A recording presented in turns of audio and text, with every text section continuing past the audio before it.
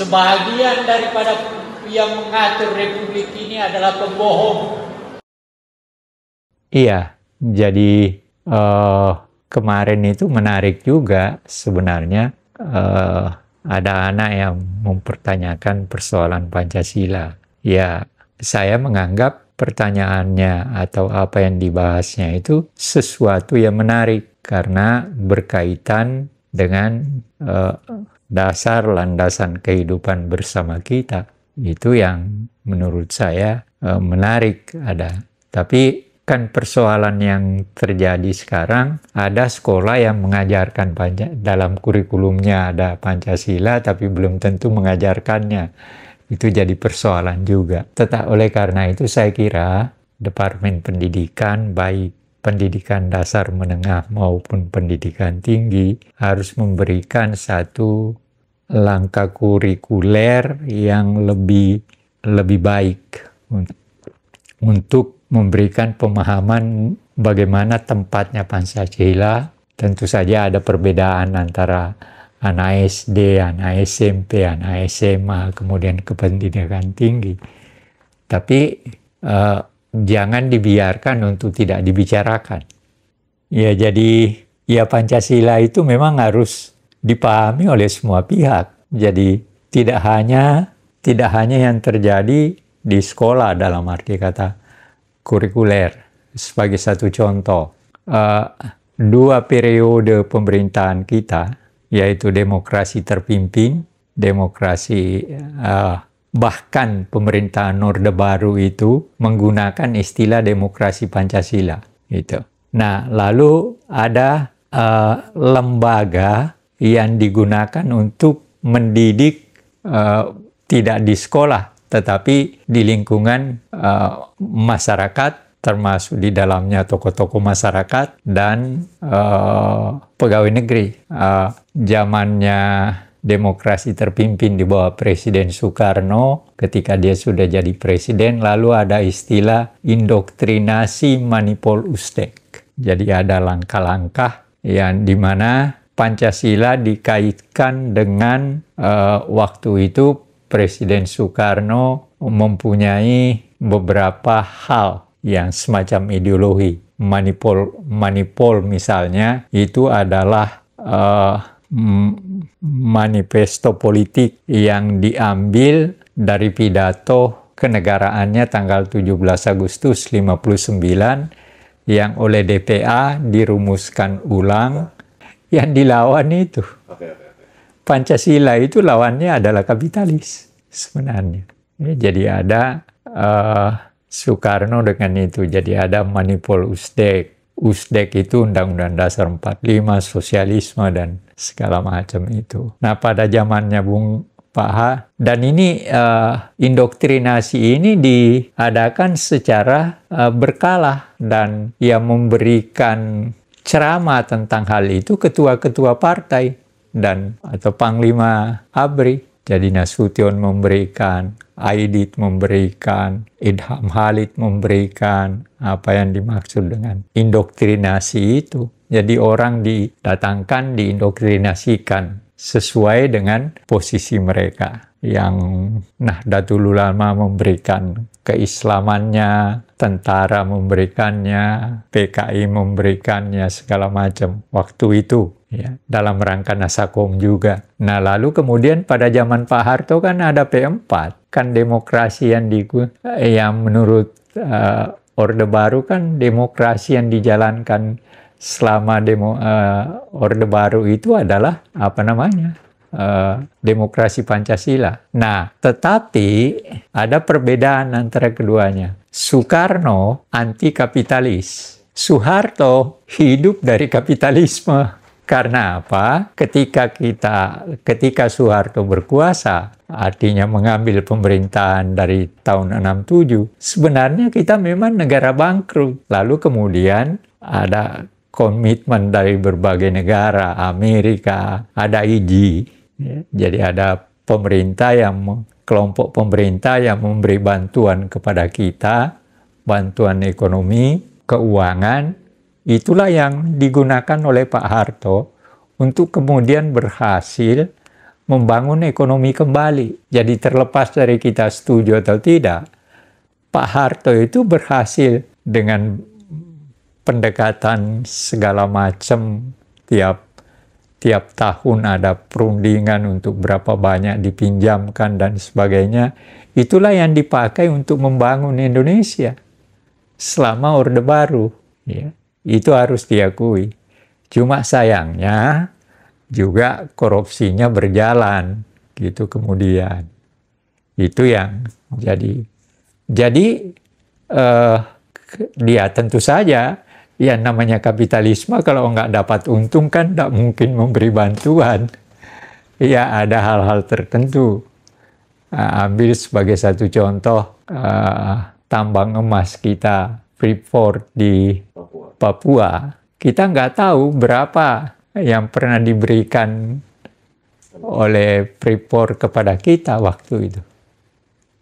Kan baru Jokowi katanya yang berhasil memberikan saham sekian, ya 51. Tapi yang belum tentu juga apa benar apa enggak gitu. Jadi kapitalisme ini memang sampai sekarang kita tidak bisa melawan kok. Faktanya itu kita hidup dari kekangan mereka, dan celakanya apa? Ini nanti saya tidak tahu kapan saya dikirimi bukunya Yudi Latif. Di situ bagaimana kapitalisme di Eropa Barat berkembang dimulai dari penjajahan Indonesia abad 17 dengan mengeruk kekayaan. Jadi dunia kapitalisme itu dimainkan, dikembangkan oleh imperialis kapitalis ini. Dari Belanda ke Inggris, Perancis, dan segala macam. Dan metode-metode tertentu yang dipakai Belanda itu nanti diambil di Inggris, dibawa ke India menurut Yudi Latif. Nah, apa artinya itu? Sampai sekarang kita sebenarnya terjerat oleh kapitalisme. Sistem yang kita jalani sekarang kapitalistis dan kebebasan perdagangan seperti itu. Tapi dan sekarang kita terjepit lagi. Kalau pada zaman Perang Dingin kita terjepit oleh dua ideologi, yaitu kapitalis imperialis sama komunis imperialistis juga. Nah sekarang kita terjepit oleh dua kenyataan, Amerika sama secara ekonomi, Amerika sama Cina yang berkelahi sekarang. Nah, bagaimana kita berada di tengah-tengah perkelahian itu? Ya, ada macam-macam organisasi baru ada, ya, dan Prabowo tampaknya sebagai presiden kita dapat memasuki wilayah-wilayah itu. Nah, persoalannya sampai seberapa jauh itu nanti akan menguntungkan kita di tengah-tengah jeratan ekonomi bebas dengan sistem kapitalistis. Yang harus diingat, kapitalisme tidak pernah bisa dilepaskan dari imperialisme. Itu persoalan besar kita sebenarnya sebagai negara yang sedang berkembang. Walaupun kita katanya sudah berada pada tingkat negara kelas menengah gitu, tetapi menurut saya persoalan kita tetap saja bagaimana kita melepaskan diri dari jeratan kapitalistis imperialistis. Dunia ini sekarang masih diatur oleh kapitalis imperialis. PBB itu nggak bisa berbuat apa-apa. Karena apa? Ada WTO juga, tapi yang memegang peranan ya masih tetap aja kapitalis imperialis. PBB nggak bisa berbuat apa, Dewan Keamanan itu dikuasai oleh 5 negara dan yang paling kuasa di antara semua itu adalah Amerika. Maka persoalan Palestina itu tidak akan pernah selesai selama Amerika memberi dukungan kepada Israel, ya tidak akan pernah selesai. Sama halnya dengan kita, selama kita tidak mempunyai suatu metode tertentu atau sistem tertentu untuk melepaskan diri dari jeratan ini, maka kita akan terjerat. Ya, contohnya sekarang ribut tentang WUS. Itu kan sistem kapitalisme sebenarnya. Tapi bukan pada Amerika. Sekarang kita berhadapan dengan kapitalis komunistis Cina. Itu nanti kita bahas. Cuma tadi artinya ini cuma contoh sekarang. Tadi kan bahas kalau oke, Bung Karno anti kapitalis, tapi kan down efeknya adalah memang kita pada saat itu krisis ekonomi berlebihan malah sampai makan bulgur itu kan. Terus kemudian Soeharto dengan kapitalismenya tapi tetap melakukan pembangunan negara. Oh iya, malah kita Soeharto harus diakui bahwa kita di bawah pemerintahan Orde Baru pernah termasuk bersama dengan Malaysia, dengan Korea Selatan, itu sebagai negara yang boleh dikatakan macan Asia. Ada istilah itu. Artinya ekonomi kita tumbuh, ketika itu memang 7%. Pertumbuhan ekonomi kita 7%, dan Indonesia dianggap sebagai salah satu di antara, ada Singapura, ada Korea, ada Thailand. Itu termasuk negara-negara Asia yang ekonominya menaik. Nah, berarti kan sebenarnya untuk kemajuan suatu negara tidak bisa dipungkiri kalau kapitalis itu memang dibutuhkan untuk pembangunan negara. Bahkan Cina pun sekarang kayak gitu. Tapi yang terjadi di Indonesia yang kakak lihat adalah kapitalisme untuk diri sendiri yang menjatuhkan negara. Nah, itu kan yang saya kaitkan tadi, saya katakan tadi, saya itu khawatir dengan bahwa kita tidak akan bisa berkembang sebagaimana yang kita harapkan sebagai negara merdeka, sebagai bangsa merdeka, akibat daripada korupsi itu. Penghalang utama kita sebenarnya adalah korupsi itu. Penghalang utama, di samping sistem birokrasi kita yang memang juga brengsek. Itu harus diakui juga. Prabowo mulai teriak-teriak juga tentang situasi birokrasi kita yang mungkin menyebabkan dia tidak nyaman juga. Itu.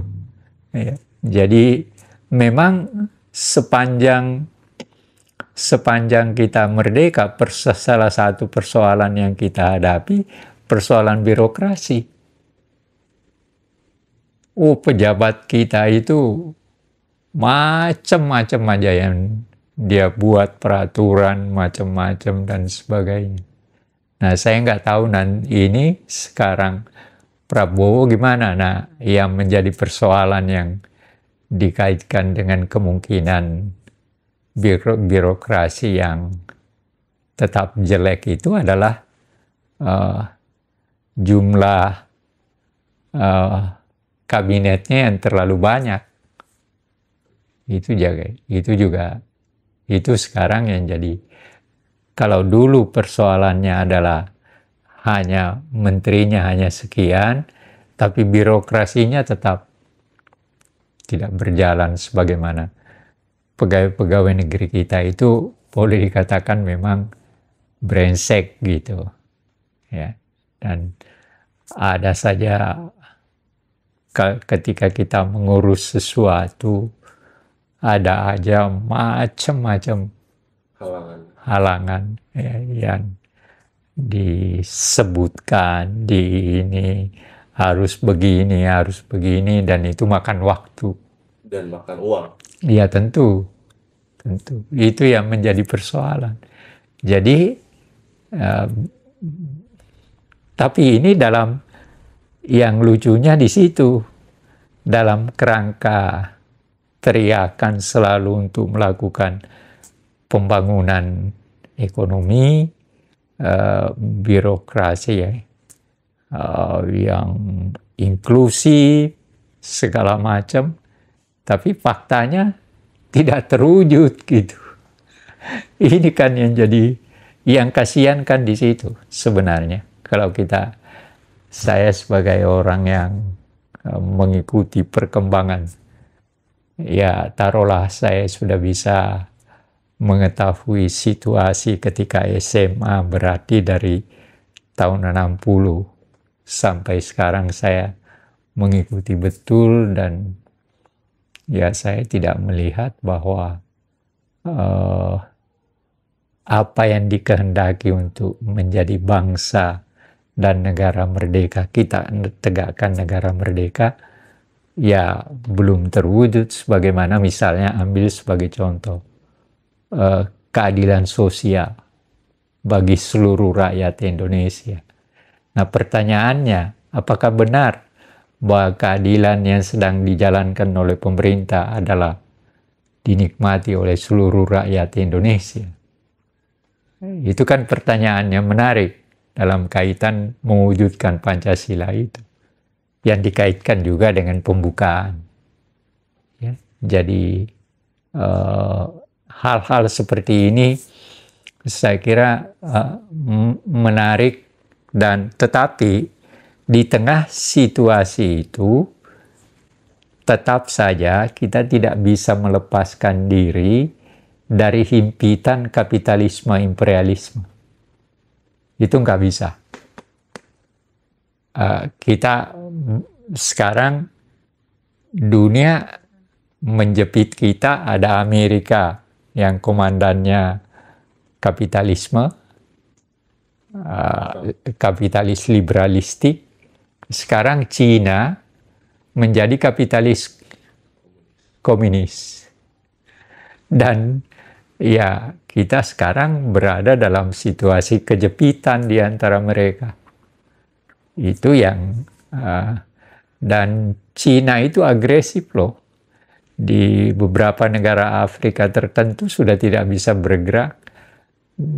Kemarin ada yang menyebut Thailand atau apa, ada wilayahnya sudah yang diambil untuk menjadi pelabuhan Cina dan sebagainya. Nah, tidak mustahil kita pun menjadi inceran. Karena kita utangnya juga banyak. Oh, kita juga persoalannya sekarang mulai punya utang banyak sama Cina. Itu jadi persoalan juga. Ini terdengar bodoh, tapi mungkin beberapa tahun kemarin juga terdengar bodoh, ada yang namanya kapitalis komunistis. Tapi sekarang ada Cina. Apakah mungkin ada kita mengaitkan kapitalis Pancasilais? Ya, itu pernah Gus Dur pernah ngomong begini. Kan Pancasila bisa jalan di tengah-tengah liberalisme. Itu. Gus Dur pernah ngomong itu. Seingat saya ada bukunya itu. Dia bilang, ya Pancasila juga bisa jalan kok di tengah-tengah liberalisme. Ya, kalau dari segi perumusnya Bung Karno itu nggak bisa. Karena itu disebutkan di dalam pidato itu. Jelas-jelas Bung Karno mengatakan kalau nanti kita merdeka, maka jangan menggunakan liberalisme. Tapi kan kalau dari praktisnya, bahkan Bung Karno pun secara praktek gagal dalam ekonomi, sangat gagal gitu. Iya, Jadi kalau itu kan kita- itu kan persoalannya memang karena waktu kita awal merdeka itu pergumulan kita juga ada Belanda, ada segala macam. Jadi kalau misalkan kita adaptasi dengan praktis ekonomi zaman sekarang, apakah iya Pancasila kapitalistis itu kapitalisme? Ya, ya sekarang sebenarnya kalau mau dilihat itu sudah terjadi kok. Kita mengatakan kita Pancasilais. Tapi apa yang dijalankan sekarang kan kapitalisme. Iya kan? Jadi pertanyaan kamu itu udah merupakan kenyataan. Iya, tapi kan Pancasilanya itu justru dihilangkan gitu kan. Iya. Maksudnya ini beneran ada selaras antara kita mencoba untuk dalam hal-hal tertentu ekonomi kita menjadi kapitalistis, tapi dengan nilai-nilai Pancasila gitu yang tepat. Nah, kalau itu sebenarnya dapat aja, tapi bagaimana pelaksanaan? Seperti misalnya keadilan sosial bagi seluruh rakyat Indonesia. Bagaimana perwujudan daripada sila kelima ini ketika kita melaksanakan sistem kapitalisme atau kita terjerat oleh sistem kapitalisme. Nah, di mana posisi keadilan sosial bagi seluruh rakyat Indonesia? Bagaimana menerjemahkannya dalam kaitan dengan situasi kapitalisme sekarang? Itu persoalan. Nah, ini yang saya sepanjang pengetahuan saya tidak pernah menjadi satu pembicaraan yang serius. Terkecuali pernah Gus Dur pernah nulis itu bahwa ya Pancasila bisa jalan di tengah-tengah liberalisme. Itu kalau bicara tentang liberalisme ya kapitalisme juga kan. Itu. Jadi ya memang pertanyaan yang kamu ajukan itu sebenarnya pertanyaan besar yang dalam kenyataannya sekarang kita bergumul bagaimana kita berada di dalam situasi kebebasan perdagangan yang kapitalistis, tapi di mana tempat Pancasila, khususnya keadilan sosial bagi seluruh rakyat Indonesia. Oke lah, demokrasi ini sekarang kita bicara sebenarnya tidak bisa dilepaskan antara keadilan sosial bagi seluruh rakyat Indonesia dengan demokrasi itu. Tidak bisa. Tapi oke lah, kita lihat. Tapi, nah sekarang ketika orang ribut melaksanakan pembangunan, segala macam bentuk pembangunan dilaksanakan. Nah pertanyaannya, pembangunan yang kita laksanakan sekarang kan tidak bisa tidak kapitalistis. Nah pertanyaannya, di mana tempat Pancasila? Bagaimana menerjemahkan keadilan sosial bagi seluruh rakyat Indonesia di tengah situasi liberal kapitalistis? Itu, nah ini pertanyaan tidak hanya ilmuwan, tapi justru yang memegang pemerintahan justru harus memikirkan betul hal itu. Tahun pertama, artinya 5 tahun pertama kalau Prabowo mau 5 tahun kedua, sebenarnya partainya paling tidak sudah harus memikirkan hal ini. Kalau dia mau, oke, apakah bansos akan dilanjutkan? Bagaimana posisi MBG dalam kaitan itu? Apakah MBG itu bagian daripada interpretasi keadilan sosial bagi seluruh rakyat Indonesia? Juga sekolah rakyat yang dibangun oleh Depsos, apakah itu semua adalah unsur-unsur yang merupakan bagian daripada pelaksanaan keadilan sosial bagi seluruh rakyat Indonesia, sila kelima dari Pancasila. Kan itu.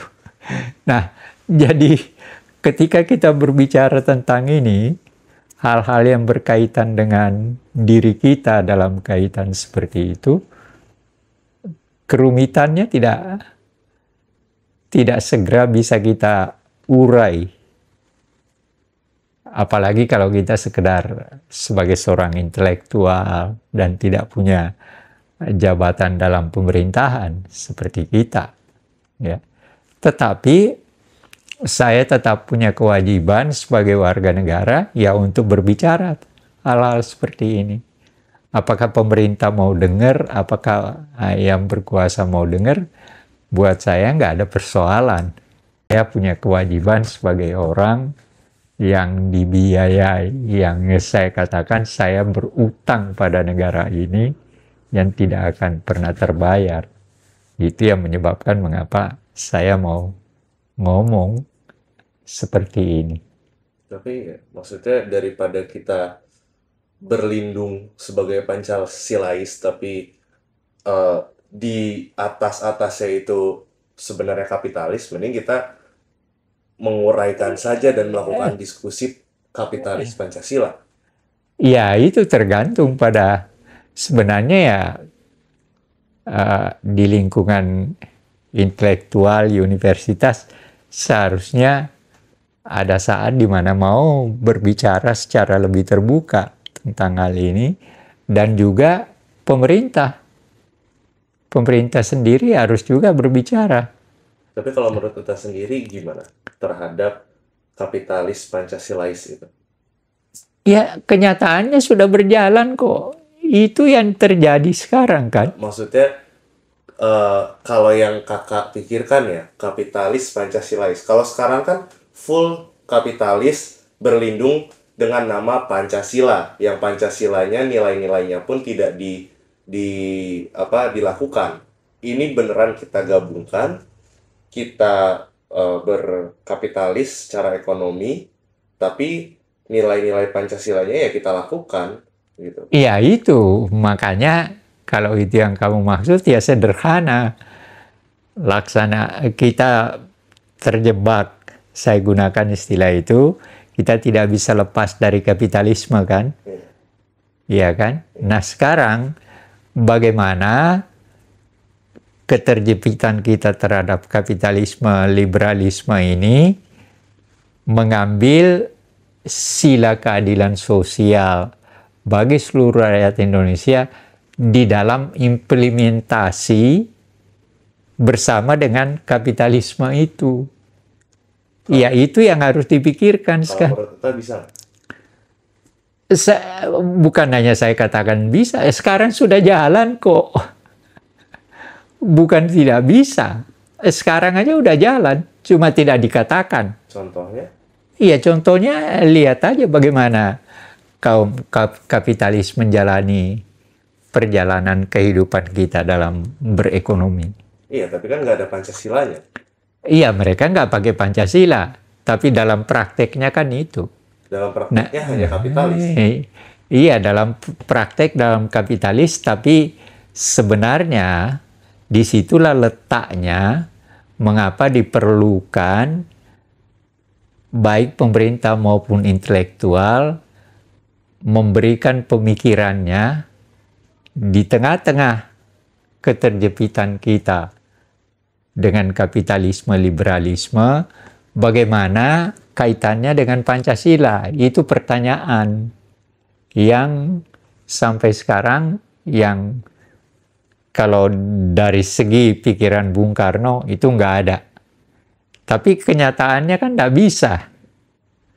Jadi paling-paling kalau ada yang mendengar pembicaraan kita ini, mudah-mudahan mereka memikirkan itu untuk, oh ya, kita paling tidak ada kesempatan merenungkan hal ini. Kalau bisa Entah, didefinisikan. iya, kalau entah itu intelektual, universitas, entah itu pemerintah, mau secara sebenarnya kita harus jujur.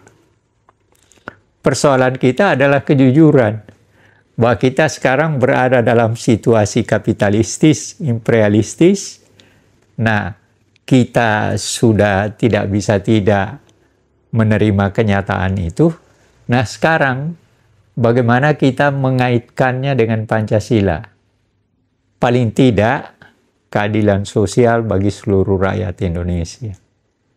Itu yang mudah-mudahan ada yang mau mengambil inisiatif, entah siapa.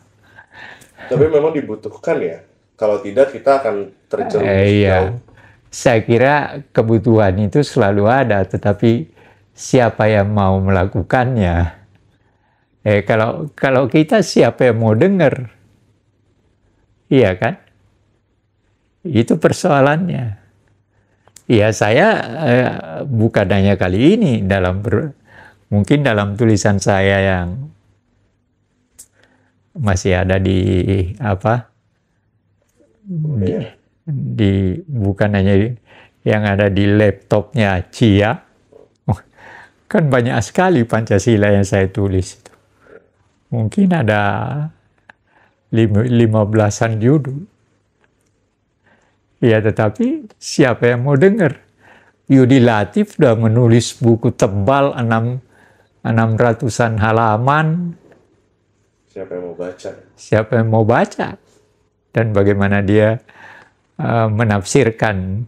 Apakah sama tafsiran dia Yudi Latif dengan orang lain yang memegang kekuasaan sekarang? Tapi karena ya itu sih sebenarnya. Yang kakak lihat adalah kapitalis sekarang tuh ya buat dirinya sendiri. Lihat aja Nadiem Makarim buat dirinya sendiri, terus Noel, terus yang lain-lain lah. Itu kan ya kita lihat pejabat-pejabat aja, mungkin rata-rata mobilnya satu keluarga ada 5 sampai 7 gitu kan. Itu kan sebenarnya buat dirinya sendiri saja. Tapi gimana kalau kita kapitalis? Nah, buat itu negara yang kita? saya maksud tadi. Kesalahan kita itu adalah kemewahan itu. Kita ini pejabat kita dan orang kaya kita itu mewahnya bukan main. Pada saat yang bersamaan, coba aja kita lihat bagaimana orang di depan pasar kita nanti, rumah kita di pasar itu, mereka bergumul di tengah hujan deras. Apa mereka udah makan, apa mereka ratusan loh, mungkin ribuan orang ada di pasar di depan rumah kita 500 meter ke sana. Tapi siapa yang mikirin itu? Kan itu. Harusnya ya mikirin ya pemerintah.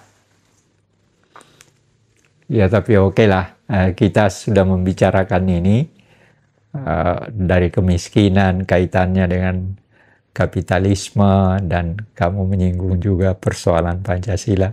Itu menarik, mudah-mudahan ada yang tertarik mau membicarakannya lebih lanjut. Biar kita diskusi ya, kapitalis, Pancasilais. Pancasilais.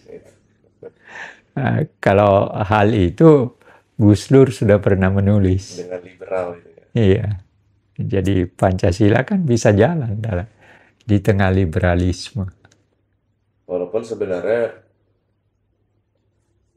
pada demokrasi Pancasila Pak Harto mungkin itu bisa diambil sebagai contoh kapitalis Pancasilais ya. Dalam arti Pancasilanya jalan, kapitalisnya jalan, cuma yang ini kan yang membingungkan atau menjatuhkan adalah otoritarismenya. Iya, Pak Harto sudah membuat P4 kan. Iya. Dalam rangka itu. Ya mudah-mudahan ya pembicaraan kita ini ada yang mendengar lalu mau melakukan sesuatu. Kalau kita udah menyampaikan ide kita, ya terserah orang mau nanggapinya gimana dan bagaimana melaksanakannya, ya itu ada pada pemerintah, itu ada pada pengusaha. iya kan, pada Kadin, pada pemerintahan Presiden Prabowo, dan sebagainya. Mungkin bisa jadi faktor pengatasan kemiskinan juga ya tadi kita. Iya, iya bisa aja. Jadi cara menyelesaikan kemiskinan di tengah-tengah kapitalisme yang menjepit kita, lalu kemudian ada ide bagaimana di tengah situasi seperti itu pelaksanaan Pancasila, khususnya sila kelima keadilan sosial bagi seluruh rakyat Indonesia, bisa mereka rumuskan. Dan mereka mau menjalankannya. Begini, kita ini terlalu pandai merumuskan berbagai hal, tapi melaksanakannya yang belum tentu jadi. Itu. Kemiskinan walaupun dikatakan berkurang, tidak akan pernah dapat terselesaikan secara baik selama tidak menyelesaikan persoalan korupsi. Dan contoh, dan ini dihitung oleh Presiden kita sendiri ketika menghadiri penyerahan 13